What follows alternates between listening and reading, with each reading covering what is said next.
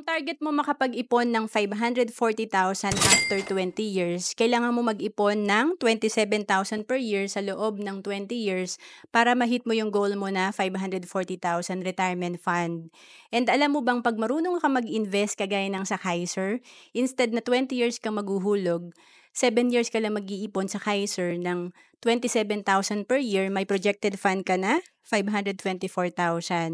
And kung nag-start ka dito sa Kaiser ng 30 years old, after 20 years good as cash ito, and kung iiwan mo pa yung fund mo dito sa Kaiser, patuloy pa rin mag-grow yung investment mo at may healthcare ka pa rin. Kaya nga pag edad mo ng 65, ang fund mo dito nasa 2.1 million na. Ano ba ang Kaiser? Ang Kaiser ay tinatawag namin na level 1 investing kasi tatlo na yung meron ka.